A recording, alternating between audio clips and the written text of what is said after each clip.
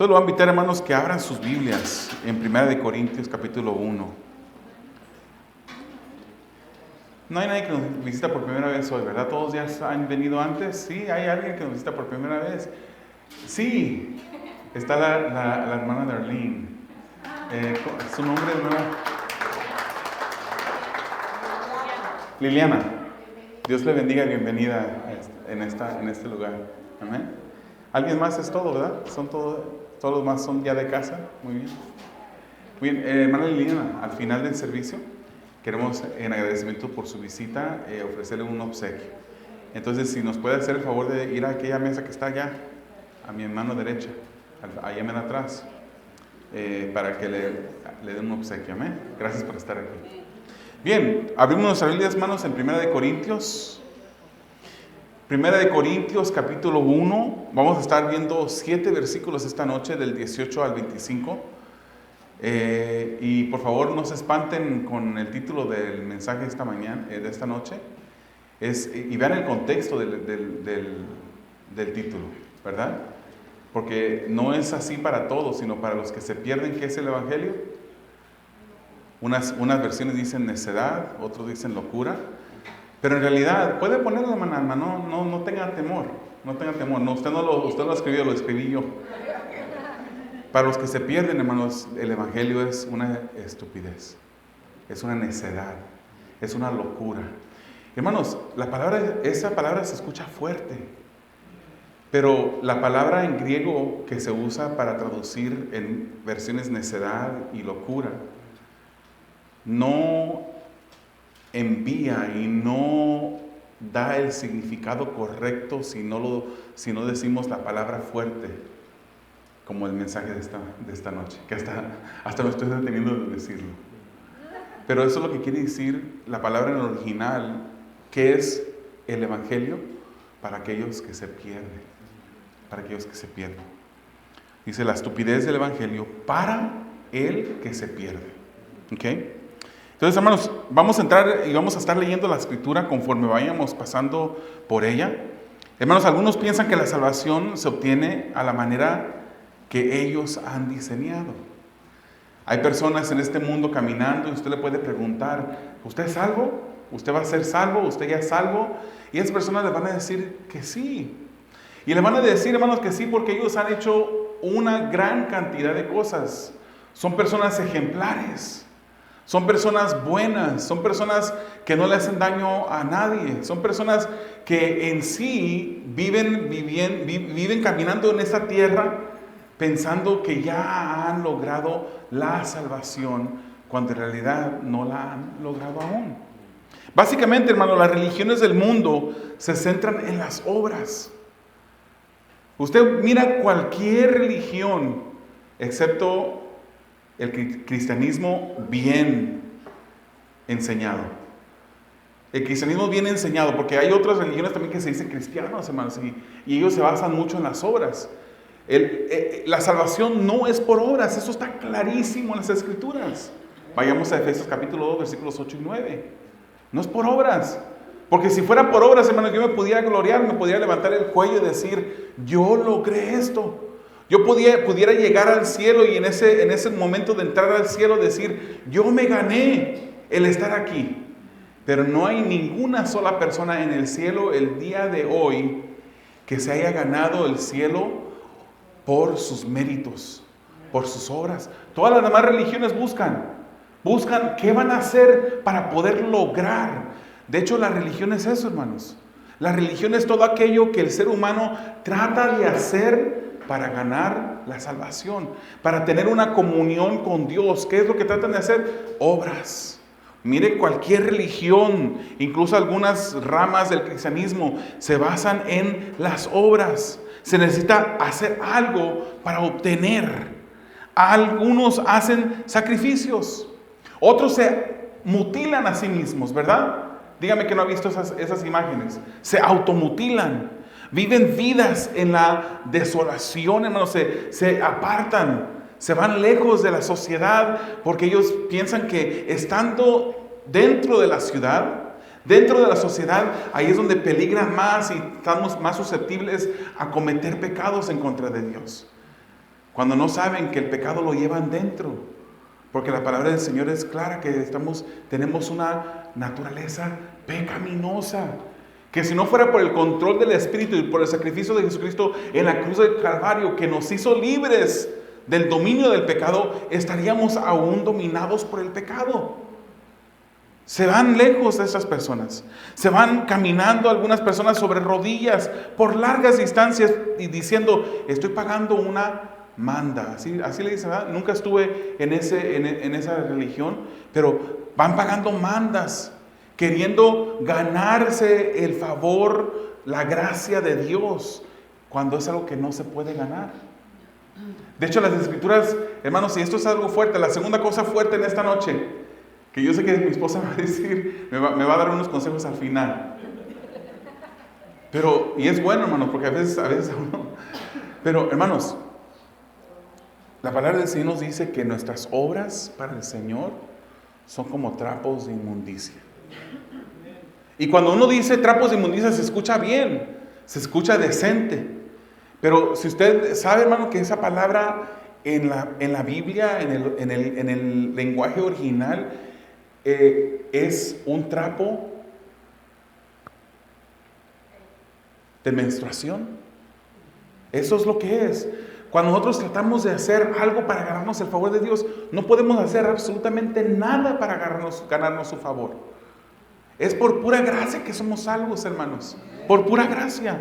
Pero hay personas que se van caminando largas distancias sobre las rodillas, se ponen a ayunar en ciertos tiempos del año, pero no se ponen a ayunar como está dirigido por la Biblia, sino que se ponen y hacen ciertas cosas para ganarse el favor. Y se sienten bien al final. Dicen, cumplí, me siento bien con el Señor, con Dios. Otros predican un evangelio falso y apoyan la conciencia en que salen a predicar. Hay familiares que tenemos nosotros que están en esa secta, una religión equivocada, que ellos piensan que por andar tocando puertas, con eso se van, esa es una buena obra y con eso se están ganando la salvación. Pero no se puede ganar por eso. El hombre, hermanos, en su ignorancia se ha inventado caminos, pensando que la salvación se obtiene siendo buenos, no haciéndole mal a nadie, regalándole dinero a las personas que en la calle nos piden dinero. Piensan que con eso se están ganando el favor de Dios. Todos sus caminos se basan en su sabiduría, que en realidad es necedad, dice la Escritura. La sabiduría del hombre es necedad. Personas que creen que seguramente Dios tiene que salvarles porque se lo merecen. ¿Conoce usted personas así? Que dicen, seguro ya me gané el cielo y hasta un lugar de preferencia en el cielo por todo lo que he vivido. Vamos a ver versículos 18 y 19, hermanos. La locura de la palabra de la cruz. La locura de la palabra de la cruz. Dice versículos 18 y 19, leyendo de la Nueva Biblia de las Américas: porque la palabra de la cruz es necedad para los que se pierden, pero para nosotros los salvos es poder de Dios. Porque está escrito, destruiré la sabiduría de los sabios y el entendimiento de los inteligentes desecharé. Eso nos dicen las Escrituras. En la iglesia, hermanos, de Corinto, en medio del desorden que se manifestaba en divisiones, Pablo apunta a la cruz de Jesús para hacer un hincapié en la diferencia entre el camino del hombre y el plan de Dios en salvar al ser humano. Hay una gran diferencia. Usted se recuerda, la semana pasada estuvimos viendo cómo habían diferentes divisiones. Unas personas que decían, yo soy de Pablo, yo soy de Apolos, yo soy de Cefas, o sea, Pedro. Otros decían, yo soy de Cristo. Los más espirituales decían que yo soy de Cristo. Porque habían divisiones. De repente habían quizás escuchado a Apolos, un hombre que la Escritura nos dice que era un hombre fuerte en la palabra. Y dijeron, este hombre predica bien, yo prefiero a este Apolos. Otros escucharon a Pablo y prefirieron el estilo de Pablo a lo mejor. Algunos otros criticaron a Pablo y dijeron, esto de la cruz, este mensaje tan fácil, tan sencillo, como que ¿qué piensa Pablo? ¿Que con este evangelio se va a ganar a la gente que está perdida? Entonces habían sectarismos, habían grupos que le seguían a diferentes personas. Y en esta última sección, él nos dice que Pablo había venido a predicar el evangelio. Estaba dispuesto a predicar no con palabras elocuentes, no con palabras que dejaran boca abierta a las personas que lo escuchaban. Eso no era el interés de Pablo. Los grandes filósofos del tiempo honraban y admiraban la oratoria. Ellos cuando escuchaban a un filósofo griego hablar, hermanos, para ellos era asombroso. Ellos se admiraban de esas palabras de elocuencia, de filosofía que esas personas daban al pueblo. La elocuencia era el adorno del argumento del filósofo en aquel tiempo. Pero Pablo no seguía esta fórmula.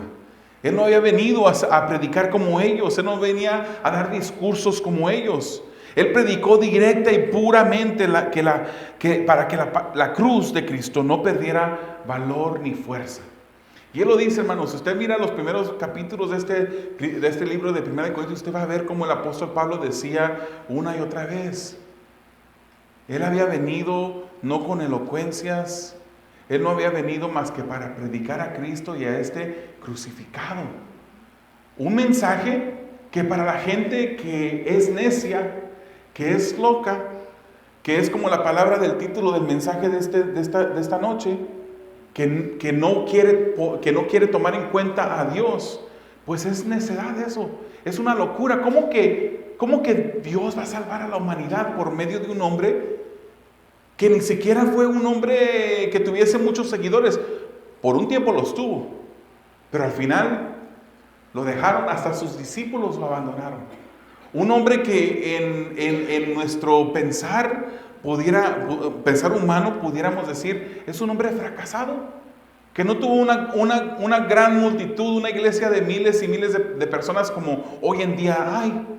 Es una persona fracasada, una persona que murió bajo el dominio de los romanos en una cruz del Calvario, ensangrentado. Ese es el que nos iba a salvar. Ese es, por medio de ese sacrificio, de ese hombre que murió en esa cruz, iba Dios a salvar a la humanidad. Para el hombre que no cree, eso es necedad. Eso es locura. ¿Cómo es posible? Pablo no había venido con esa misma fórmula, sino quería él predicar la cruz de Cristo, quería predicar sobre el evangelio. Bueno, la iglesia estaba siendo dividida por sectarismos. Ya lo dijimos. En este momento de división, Pablo apela a Cristo. Cristo era lo que unía a la iglesia. Y ellos debían de ser recordados que eso es lo que nos une. Y es bueno recordatorio para nosotros, hermanos. Aquí lo único que nos une, la única razón por la que estamos aquí es por Cristo. Porque Él nos ha salvado.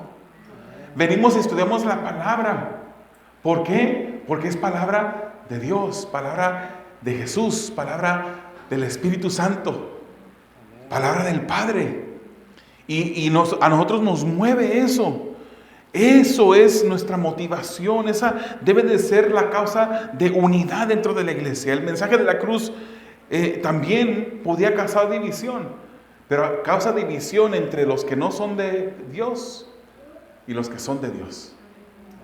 Esa división sí va a causar, pero para los que somos hijos de Dios, el mensaje del evangelio nos une. Nos une. Hermanos, en este pasaje Pablo admira y eleva el mensaje de la cruz y la sabiduría divina que había diseñado el mensaje. O sea, esto no fue diseñado por un hombre. Sí, Jesús fue verdaderamente Dios y verdaderamente hombre. Pero esto no fue diseñado por un hombre común y corriente. Eso fue diseñado por Dios. Para los que se pierden el mensaje de la cruz, es necedad, es locura. ¿Cómo que solo creer o con solo creer puedo ser salvo? Se sienten las personas hasta raras, es que uno les diga, solamente tienes que creer, pon tu fe en Jesús. Porque por gracia somos salvos por medio de la fe. Solamente cree. Y la gente se admira, la gente no comprende cómo es que la salvación se obtiene nada más con creer, con que yo ponga mi fe. Hermanos, Abraham nunca escuchó de un hombre llamado Jesús. Él nunca supo que uno iba a morir en la cruz del Calvario. Dios le dio promesas que su simiente iba a ser bendecida. Dios le dio muchas promesas, pero él nunca supo los detalles. Nunca vio la foto completa de la redención. Pero él fue salvo por fe. Incluso Pablo lo dice. Y creyó a Abraham y le fue contado, ¿por qué? Por justicia. Justificados pues por la fe. Somos salvos. Hemos sido reconciliados para con Dios. ¿Por medio de quién? De Jesucristo. Ese es el mensaje del Evangelio, que es una necedad para los que se pierden. ¿Cómo es que solo con creer puedo ser salvo? ¿Que no tengo que vivir una vida dedicada a Dios? ¿No tengo que convertirme en sacerdote o en monja o en otro diferente tipo de personaje para poder lograr la salvación? ¿Cómo es que un hombre derrotado? Fíjese, así yo me imaginé como, ¿qué se imagina la gente que no conoce a Dios?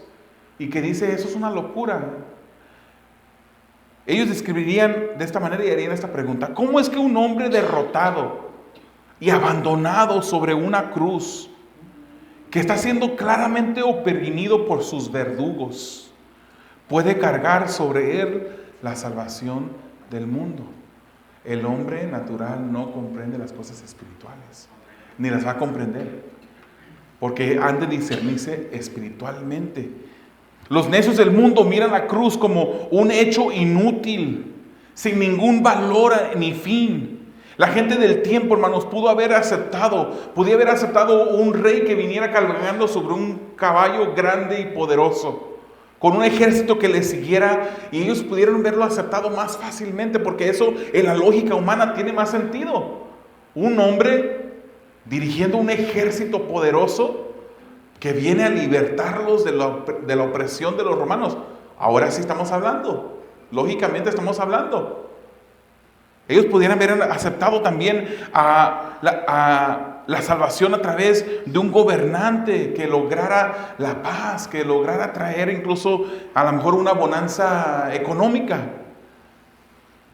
Jamás, hermanos, el mundo esperó que su salvación se encontrara a través de un madero, de una cruz ensangrentada, con un sujeto menospreciado, colgado y fracasado. Así lo miran los que no creen, los que se pierden. La lógica del hombre no concuerda con la sabiduría de Dios. Y yo creo que hasta nosotros lo hemos pensado también a veces. Tratamos de entender a Dios con nuestra lógica, con nuestra sabiduría, con nuestro entendimiento. ¿A poco no ha pensado usted alguna vez, si yo fuera Dios, yo hubiese hecho las cosas diferentes? ¿Lo ha pensado usted? Usted es más bueno que yo, ¿no? Porque yo lo he pensado. Si yo fuera Dios, yo hubiera diseñado el plan de esta manera. No necesariamente el plan de salvación, ¿verdad? Pero un plan de cualquier otra cosa. Si yo fuera Dios, yo hubiera hecho las cosas de esta manera diferente. Un necio hablando. Y si no lo hablé, un necio pensando. Eso es necedad. Muchos dicen, si yo fuera Dios. 1 Corintios 2:14 nos dice, pero el hombre natural no acepta las cosas del Espíritu de Dios, porque para él son necedad y no las puede entender. No las puede entender, hermanos. Se necesita del Espíritu Santo que abra los ojos del entendimiento de las personas. Usted puede pasarse días, semanas, años hablándole el Evangelio, predicando el Evangelio a una persona, y si el Espíritu Santo no le da vida, esa persona queda sin entender. Y queda a lo mejor hasta confundido. Y nunca le va a entender. ¿Por qué? el hombre natural no acepta las cosas del Espíritu, porque para él son necedad, dice 1 Corintios 2:14. Y no las puede entender porque son cosas que se disciernen espiritualmente. Se tienen que ver espiritualmente. Dios les tiene que dar vida para que puedan entender. Un ejemplo, hermanos, que va en contra de la lógica es como Dios multiplica de la nada. ¿Ha escuchado usted ese versículo? ¿Lo ha leído en Isaías 40:29? Él da esfuerzo al cansado y multiplica las fuerzas de aquel que no tiene, o que tiene pocas, no tiene ningunas. O sea que Dios multiplica de la nada. Eso no es lógico para el ser humano. ¿Cuántos son 0 por 1? ¿Cuántos son 0 por 1,000,000? ¿Cuánto es 0 por 10 millones? Todas esas sumas o todas esas matemáticas nos van a dar un resultado de 0. 0. Todo por 0 equivale a 0. Pero Dios de la nada hace. Nada más mire la creación, lo que hizo en la creación. De su aliento Él habló y fue creado de su aliento, hermanos.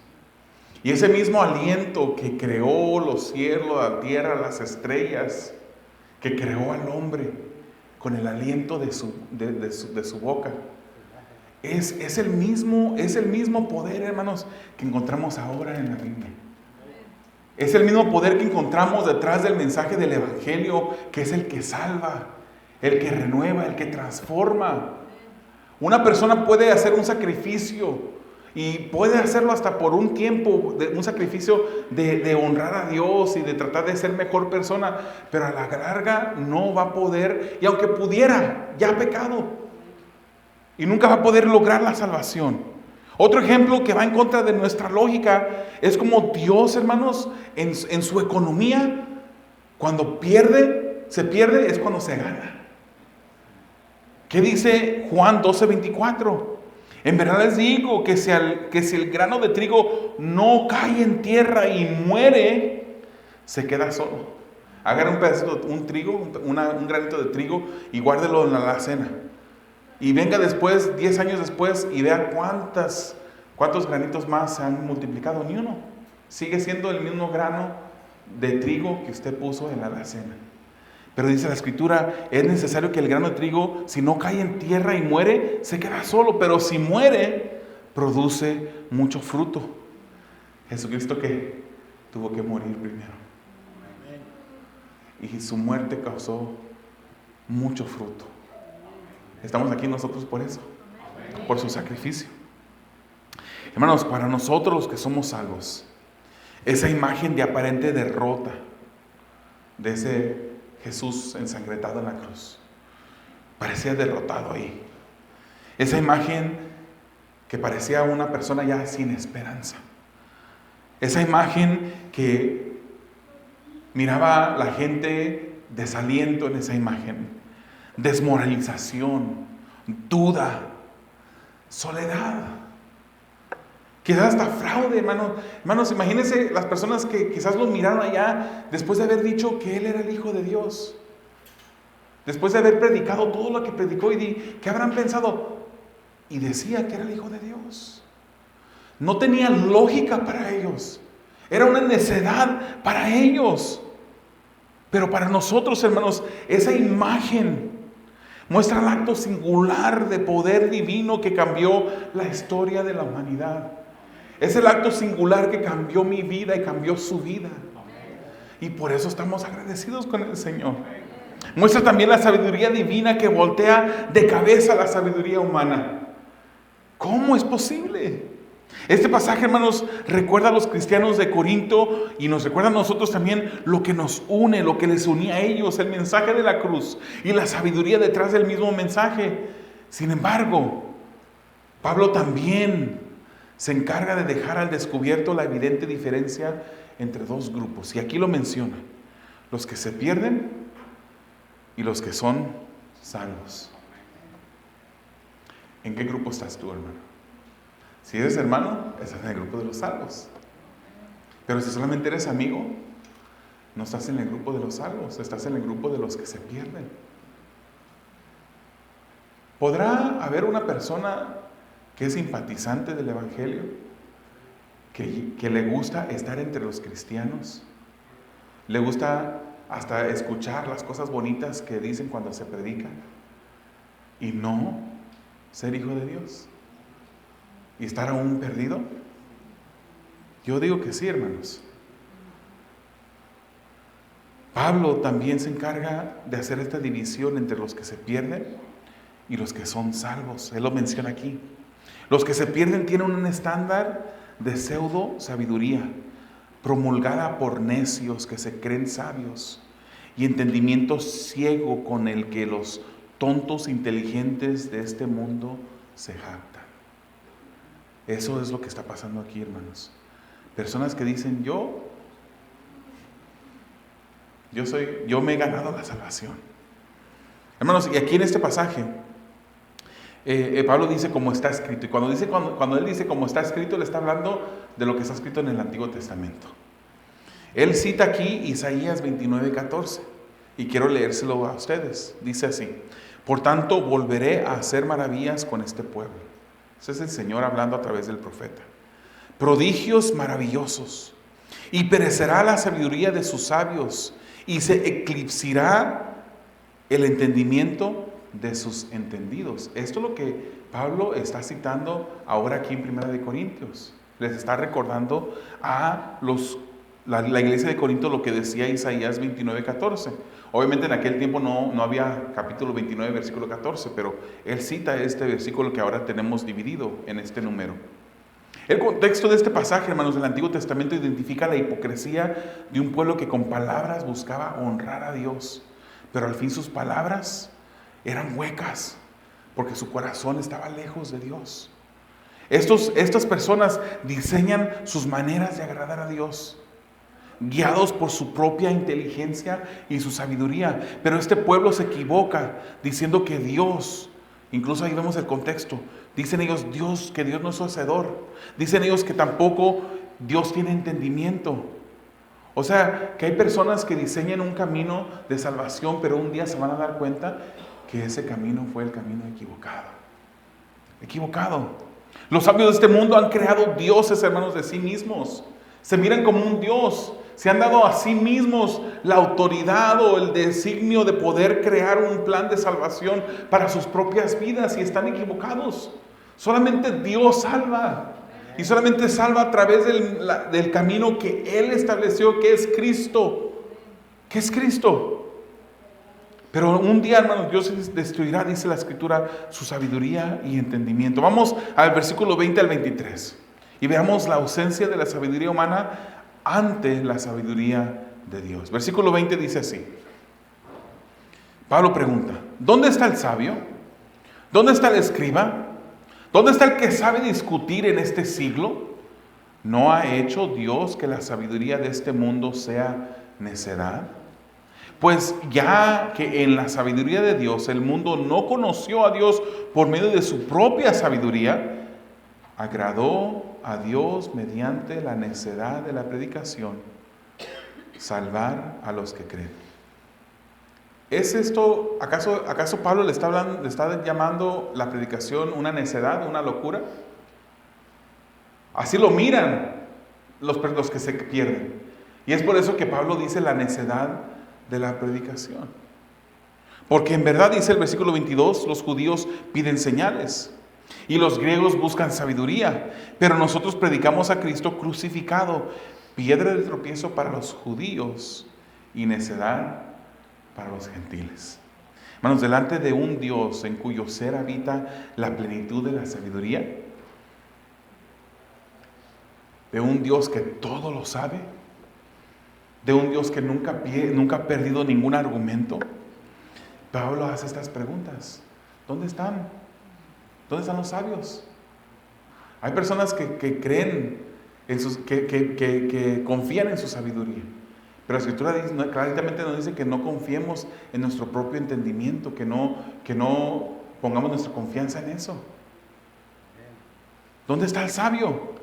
Porque ante Dios, hermanos, todo sabio, no importa qué tan inteligente sea, ni qué tan alto coeficiente de inteligencia tenga, todo sabio ante Dios queda inepto. su ineptitud queda al descubierto delante de Dios. Pregunta de Pablo, ¿dónde está el escriba, hermanos? ¿Se recuerdan que los escribas eran profesionales licenciados en la ley? Conocían la ley al derecho y al revés. ¿Dónde está el escriba? El que se jacta de ser conocedor profesional de la ley queda descubierto ante la sabiduría divina como un ignorante, alguien que no conoce nada. Y pregunta también el apóstol Pablo, ¿dónde está el que sabe discutir en este siglo? ¿Dónde está? Pero ante Dios, hermanos, este hombre habilidoso en argumentos de filosofía queda mudo delante de su presencia. Aquí Pablo, hermanos, está haciendo un reto ante todo aquel que se cree sabio. Y él pregunta, ¿dónde están? ¿Dónde está quien puede igualar o sobrepasar a Dios en sabiduría? ¿Ha pensado usted algún día, si yo fuera Dios, yo lo hubiera hecho diferente? ¿O lo hubiera hecho de esta otra manera? Entonces leamos Isaías 40, 13, 18, que dice, ¿quién guió al Espíritu del Señor? ¿O como consejero suyo le enseñó? ¿Quién, hermanos? ¿Con quién tuvo que ir el Señor a pedir un consejo?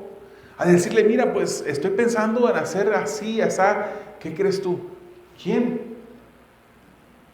Versículo 14, ¿a quién pidió consejo y quién le dio entendimiento? ¿Quién lo instruyó en la senda de la justicia?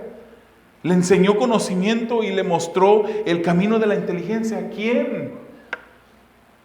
Las naciones le son como gota en un cubo y son estimadas como grano de polvo en la balanza. Él levanta las islas como al polvo fino. El Líbano no basta para el fuego, ni bastan sus bestias para el holocausto. Todas las naciones ante Él son como nada. Menos que nada e insignificantes son consideradas por Él. ¿A quién, pues, asemejarán a Dios?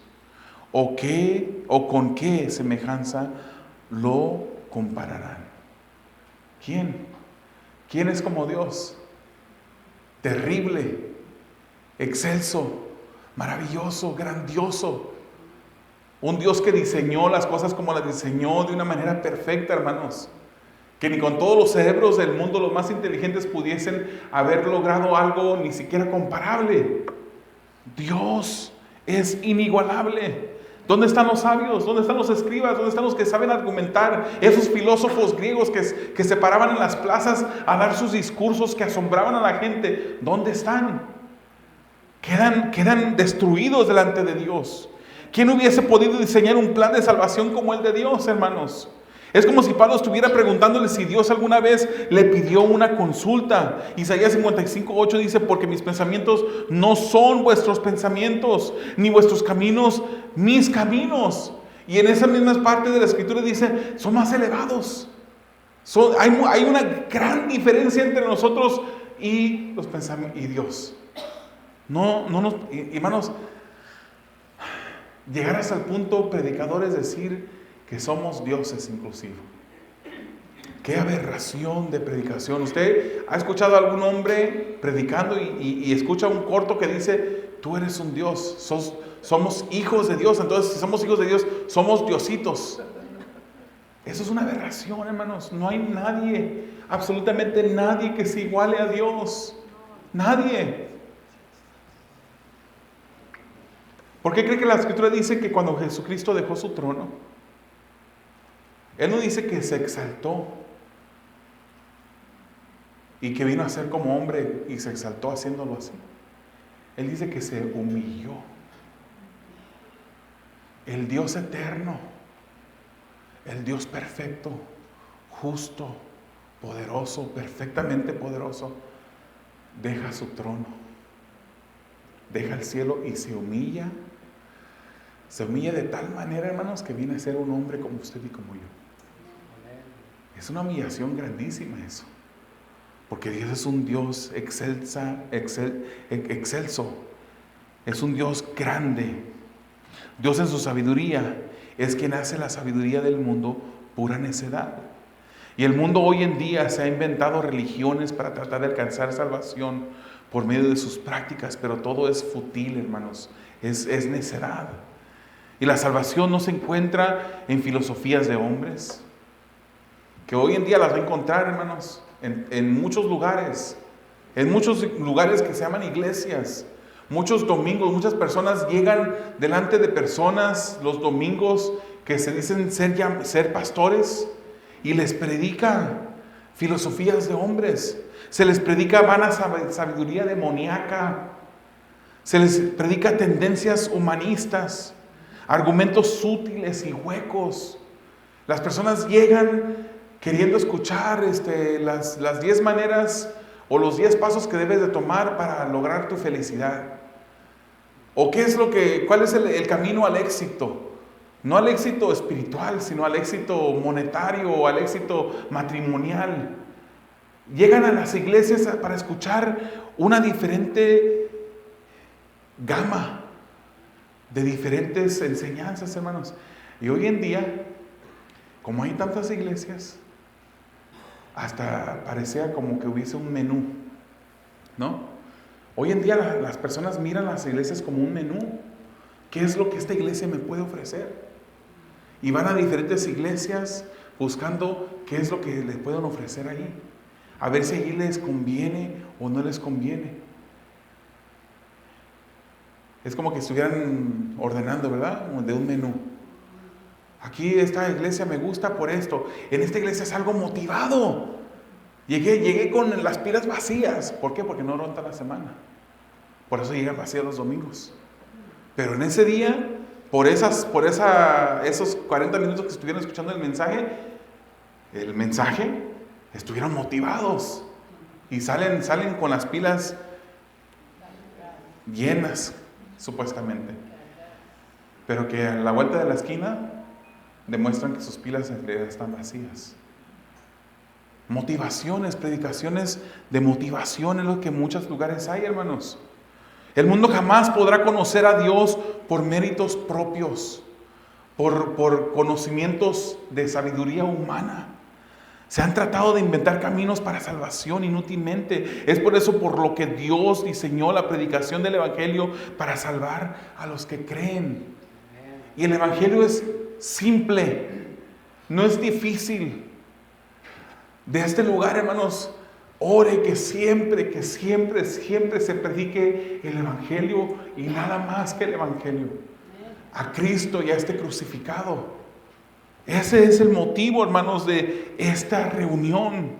Lo que el mundo considera necedad o locura o estupidez es lo que hoy se predica y lo que Dios usa para que a través del oír del Evangelio los que creen sean salvos. Es por eso por lo que el enemigo busca desviar el mensaje, enseñando falsas doctrinas que se acomoden a las necesidades del ser humano, que acepten todo menos la verdadera palabra de la cruz. Hoy en día las predicaciones son antropocéntricos, donde el ser humano es el centro de la predicación. Hoy en día los planes en las reuniones de los líderes en las iglesias son: ¿qué vamos a hacer para darle una mejor experiencia a las personas que van a llegar? Porque hoy en día ya se trata de experiencia. Ya no se trata del mensaje de la cruz, es la experiencia. No estoy diciendo que no debemos de mejorar. No estoy diciendo que no debemos de mejorar en la alabanza. No estoy diciendo que no debo de los hermanos que predicamos estudiar y meternos más profundo para mejorar y poder predicar la palabra mejor. Pero estoy hablando que hoy en día hay iglesias donde se preocupan más por la experiencia del que va a llegar para que se quede, hermanos. Y no se preocupan del mensaje. En todo el mundo hay iglesias así. No se preocupan del mensaje de la cruz, solamente la experiencia, las luces, el humo en el escenario. Personas que se dicen ser pastores que de repente bajan amarrados para hacer un espectáculo. Hoy en día la gente se siente bien, hermanos, yendo a un espectáculo, porque es lo que encuentran en muchos lugares. Espectáculos. Se han convertido hoy en día los púlpitos en clubes de comedia, donde tienen riéndose a la gente desde que comienza el sermón, riéndose. Se han convertido los púlpitos hoy en día en espectáculos de entretenimiento. ¿Cómo estás? ¿Te gustó el servicio hoy? No se preocupan en cómo te habló la palabra, cómo te desafió la palabra, cómo te confrontó la Escritura, cómo te motivó el Espíritu de Dios a pensar en la Escritura. Hoy en día se han convertido los púlpitos en discursos de motivación, sesiones de terapia, donde el centro de la terapia es usted y no Cristo. ¿Qué podemos hacer para hacerte sentir mejor, hermano? Eso es lo que la gente anda buscando. Que un lugar donde me hagan sentir bien. Y esto ha sucedido, hermanos, porque el hombre religioso en su ignorancia ha diseñado filosofías, ha diseñado metodologías para atraer y satisfacer a los que tienen comezón de oído. Porque quieren ver. No solamente tienen comezón de oído, tienen comezón de ojos. Quieren ver cosas extraordinarias. Quieren mantenerse entretenidos. Pero es solo a través de la predicación de la cruz que Dios va a salvar, hermanos. Yo me pongo a pensar, ¿qué pasará en aquel día donde haya una iglesia llena de personas, repleta? Donde se encarguen por tener el mejor escenario, la mejor tecnología, que tampoco estoy predicando en contra de la tecnología, hermanos. De hecho, un pastor que admiro mucho, estoy de acuerdo con él, Miguel Núñez, dice que él no está en contra de la tecnología, que si vamos a hacer las cosas hay que hacerlas lo mejor para Dios, pero él sabe y él entiende y él predica y él amonesta que lo central en esa reunión es la palabra, es Cristo en la palabra. Y me pregunto, ¿qué pasará en aquel día, hermanos, cuando suene la trompeta? Y muchos que se llamaban pastores, pero en realidad eran oradores motivacionales. De repente empiece a llegar gente a tocar en sus puertas. Tú me predicaste estas cosas. Y familiares que yo tengo que son cristianos ya no están aquí, han desaparecido. Hay señales que el rapto ha venido y seguimos aquí. Porque esas iglesias no se preocuparon en predicar el evangelio, no se preocuparon en predicar la cruz de Cristo, solamente se preocuparon en entretener, en animar, en que las personas se sintieran bien. No estoy diciendo que yo no quisiera que se sienta bien, pero ese no es el enfoque, hermanos. Eso no es la prioridad en este lugar. ¿Qué pasará en aquel día? Cuando esas personas lleguen a la casa a tocarle al pastor, decirles, nos has engañado. Nos predicaste cosas que no eran. ¿Estarán las iglesias llenas, hermanos, de personas que no conocen a Dios? Yo creo que en ese día habrán muchas sorpresas. Para el hombre necio, el mensaje de la cruz es necedad. No desean escuchar este mensaje y más bien buscan señales y palabras elocuentes e inspiradas para reemplazar el mensaje de la cruz. Hermanos, el judío buscaba señales, aquí lo dice Pablo. Y vemos una confirmación de esto en Mateo 12, 38 al 40, donde dice, entonces algunos de los escribas y los fariseos dijeron a Jesús, Maestro, queremos ver una señal de parte tuya. Pero él respondió, una generación perversa y adúltera demanda señal. Y ninguna señal se le dará, sino la señal de Jonás el profeta. La señal de Cristo, la señal de su sacrificio en la cruz del Calvario, su sepultura y su resurrección al tercer día. Esa es la señal que iba a darles. Es la única señal. Porque como estuvo Jonás en el vientre del monstruo marino 3 días y 3 noches, así estará el Hijo del Hombre 3 días y 3 noches en el corazón de la tierra. Esa era la señal. Y nosotros no estuvimos ahí para ver esa señal. Pero hay testigos que después de su resurrección lo miraron sus discípulos, lo miraron otras personas, más de 500 hermanos, atestiguaron de haber visto a Jesucristo resucitado. Atestiguaron de hacerlo en un momento cuando era peligroso atestiguar, cuando podían sufrir el mismo fin que el Maestro. Pero ellos atestiguaron, hermanos.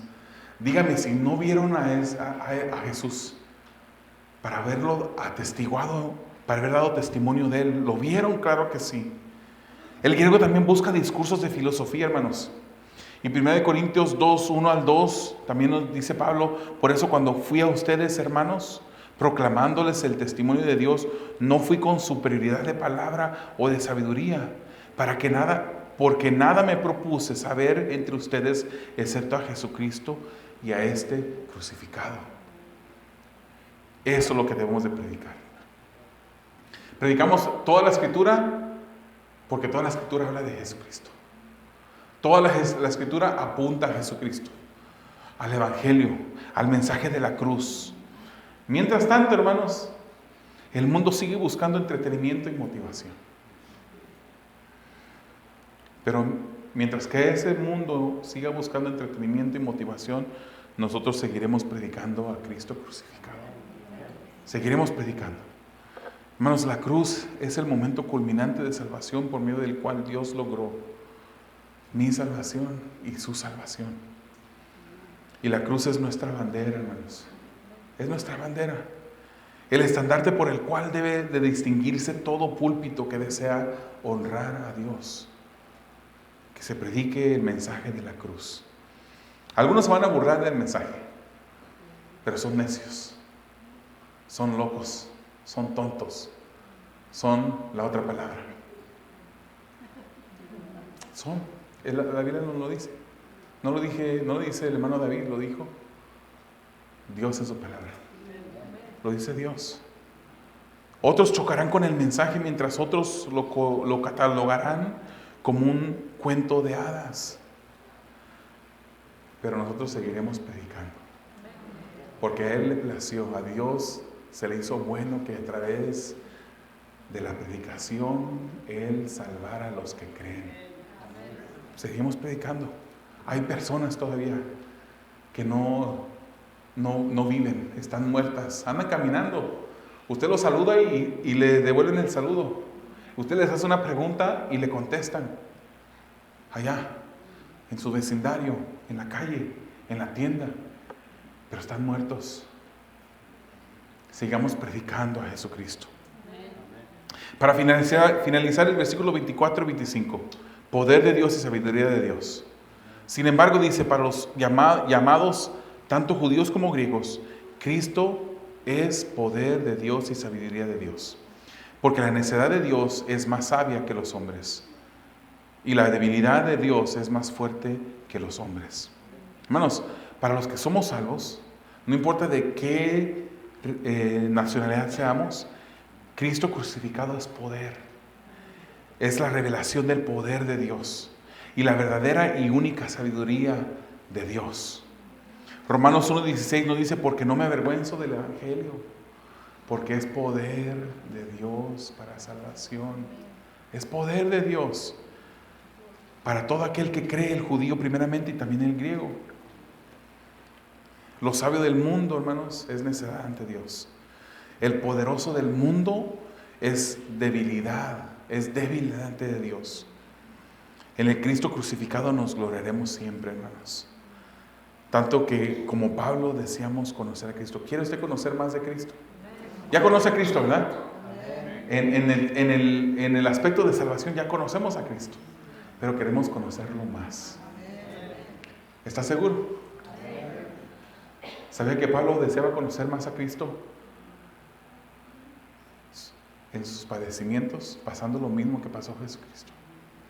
Hoy en día estamos tranquilos, hermanos. Aunque prendimos el aire acondicionado un poquito tarde y hubo un poquito de calor al principio, pero estamos en un lugar acondicionado. Mire, carpetita, luces,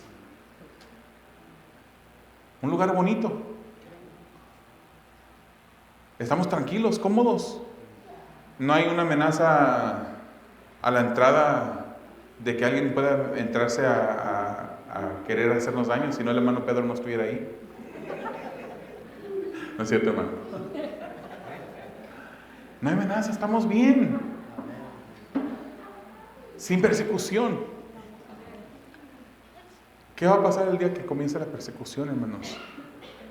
Y que te amenacen con la muerte. ¿Eres cristiano? Mueres. ¿Niega a Jesucristo? Vives. ¿Lo vas a negar? ¿O lo vas a confesar? Yo miraba un mensaje del pastor Woody Baucham hace como 2 semanas. Y él decía, ¿qué tiene un hombre muerto que perder? Si la amenaza es de muerte para quien confiesa a Jesucristo como Señor, ya estamos muertos. Ya estamos muertos. ¿Qué podemos perder? ¿La vida? ¿Pero qué podemos ganar, hermanos? ¿Qué podemos ganar muriendo? Hemos muerto, hermanos. Estamos muertos.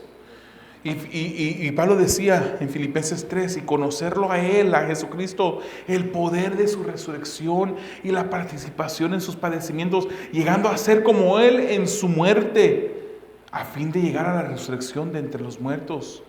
No es que ya lo haya alcanzado o que ya lo haya llegado a ser perfecto, o ya haya llegado a ser perfecto, sino que sigo adelante, a fin de poder alcanzar aquello para lo cual también fui alcanzado por Cristo Jesús. Hermanos, yo mismo no considero haberlo ya alcanzado, pero una cosa hago, olvidando lo que queda atrás y extendiéndome a lo que está delante, prosigo hacia la meta para obtener el premio del supremo llamamiento de Dios en Cristo Jesús. Esa es nuestra meta. ¿Qué debemos hacer a consecuencia de este estudio, de este pasaje de las Escrituras? Bueno, podemos darle gracias a Dios por el poder del Evangelio que nos salvó cuando creímos. Podemos darle gracias a Dios. Que nuestra vida haya un continuo agradecer, un continuo agradecimiento por lo que Dios hizo por nosotros, porque lo merecíamos. No, más agradecidos todavía porque no lo merecíamos y Él nos salvó, nos rescató. También, hermanos, debemos de caminar unidos cada vez que recordamos el Evangelio que nos dio salvación. Eso es lo que nos une. Tenemos a un solo Dios. Un solo Dios. Somos hijos de un solo Dios. Y si somos hijos, somos hermanos. Y si somos hermanos, estamos unidos. También, hermanos, prediquemos a Cristo crucificado, sin tregua, sin descanso. Cuando se encuentre delante de una persona, predíquele. Para unas personas va a ser necedad. Algunas personas a lo mejor se burlen de usted porque su sabiduría, su lógica no van a comprender cómo es que un Jesucristo muerto en la cruz del Calvario, abandonado, desolado, sin esperanza, pero el Señor lo va a usar a usted para que el que cree pueda ser salvo. Amén.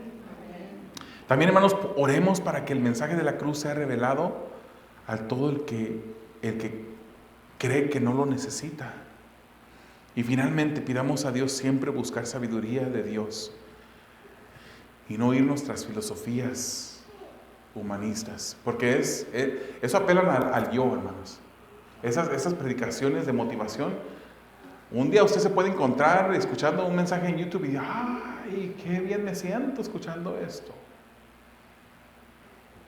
Pero pídale al Señor de su sabiduría, la sabiduría de Él, para que la sabiduría humana, diabólica, no lo engañe, no nos engañe.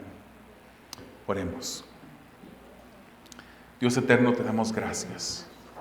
Gracias, Señor, porque sabemos que tu sabiduría es la única que vale la pena obtener. Es a través, Señor, de la cruz, Solamente la cruz en que podemos llegar a entenderte mejor, a comprenderte mejor, a conocerte más. Señor, te pedimos, Padre, que tú seas con nosotros y que tú nos ayudes, Padre, a honrarte. Ayúdanos, Señor, a siempre tener un corazón agradecido, Señor, por este mensaje de la cruz, Señor, y la sabiduría divina que lo diseñó, Padre. Agradecidos a ti. Ayúdanos a predicar, Señor, este mensaje que es necedad para el que se pierde, Señor. Pero a ti te plació que por medio de la predicación salvar al ser humano, Señor. Ayúdanos a ser predicadores tuyos. Ayúdanos, Señor, a no ser engañados por filosofías humanistas, por sabiduría humana, inteligencia hueca del ser humano, sino que podamos, Señor, siempre mantener nuestra mirada en la cruz, dándote gracias por lo que tú has hecho. Te lo pedimos en el nombre de Jesús. Amén.